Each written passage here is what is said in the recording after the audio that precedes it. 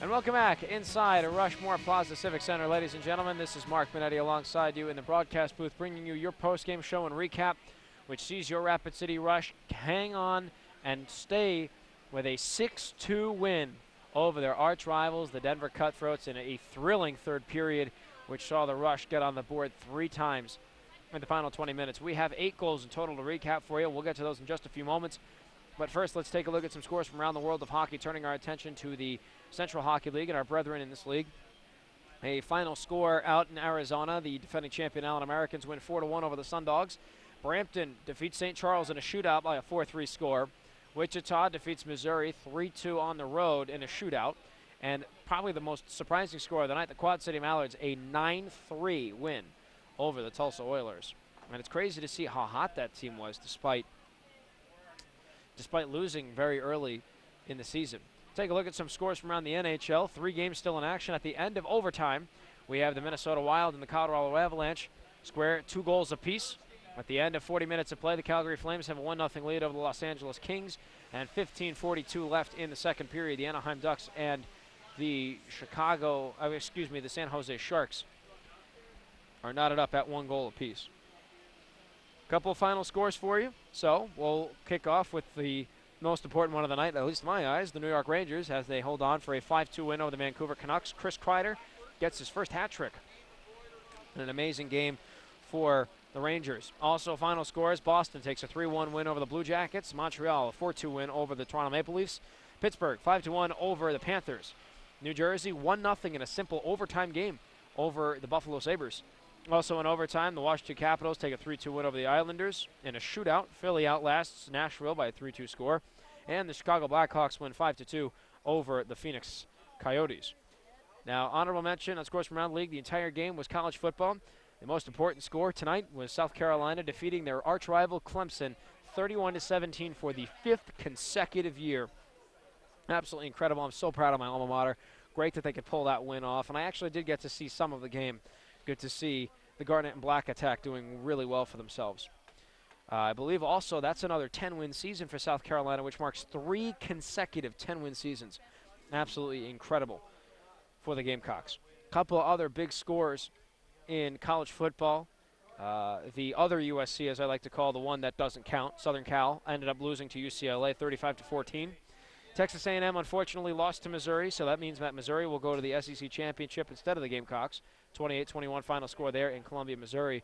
Missouri will take on Auburn, who at the very last second defeated the Alabama Crimson Tide on probably one of the most memorable college football plays you will see all year. With 1 second left, Alabama went for a field goal. They missed it. It was short, and you're allowed to catch short field goals and return them back. Well, Auburn returned it all the way down the field, 107 yards en route to stunning number 1 in the nation, 34-28 at the end of the game. Absolutely incredible.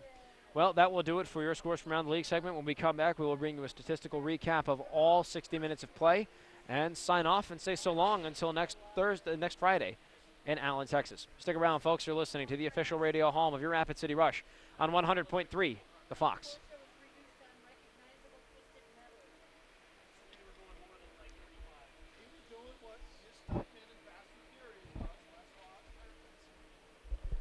Are you guys talking about the guy at Paul Walker? Yeah.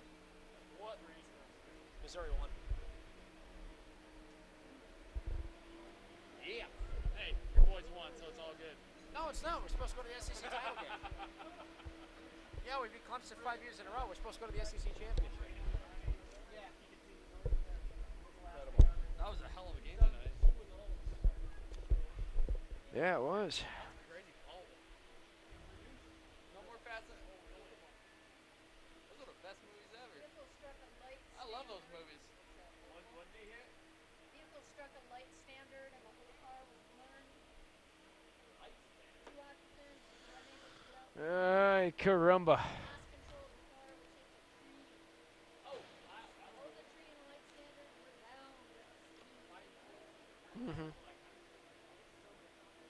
Oh, really? That's a shame. Yeah.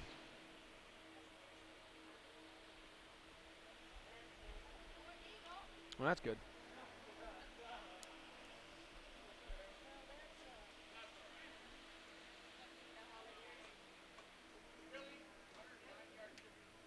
you could.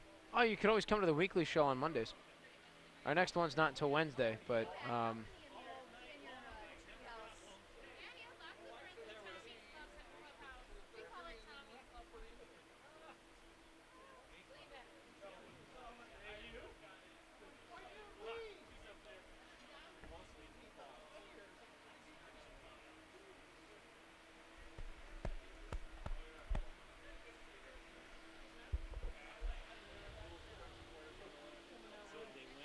South Carolina, yeah, they did. I watched it. That was incredible. I got 10 seconds.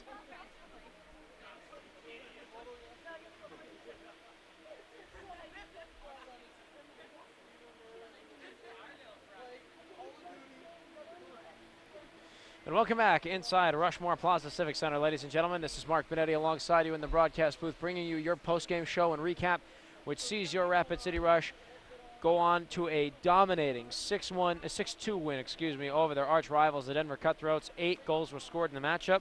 Let's go ahead and recap everything for you from top to bottom.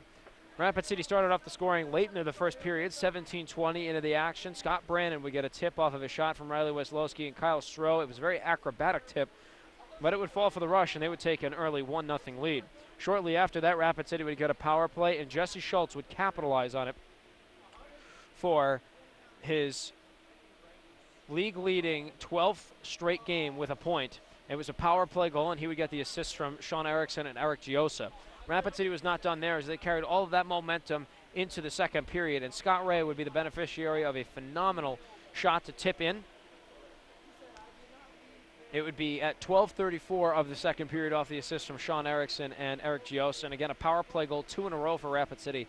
But Denver would have something to say about it as TJ Fox at 13:57, roughly a minute and 23 seconds later, would get on the board for Denver on the assist from Mike Schumacher and Vincent Arsenault, and that would make the score 3-1. We'd go to the third period, and Rapid City would be on their heels just a slight bit as Denver would score once again. J.P. Shabbat, a minute and a half into the period off the assist from TJ Fox and Lee Mophie. It was a power play goal, and Denver is third on the entire series, as the score was now 3-2. But then Rapid City decided to just absolutely unload and take off. Matt Lark would score his first goal in a Rapid City Rush sweater, 3:16 into the period off the assist from Tristan Llewellyn, and Conrad Reeder, who also extends his point streak to now a league-leading 12 games, and that is tied with his teammate, Jesse Schultz. Right after that, Kyle Stroh would be the beneficiary of a phenomenal pass given from Tristan Llewellyn and Justin Sawyer, and he would bury it top shelf, glove side, and beat Kara Milan to give Rapid City a 5-2 lead in the third period. A minute and 6 seconds later, Scott Ray would give a phenomenal feeding pass to Justin Farina in the slot right in front of the crease. He would 5-hole Kieran Milan, and we would have a 6-2 score that would stay for the rest of regulation. Sean Erickson also getting an assist on that, capping off a 3-assist night for the most recent newcomer to the Black Hills.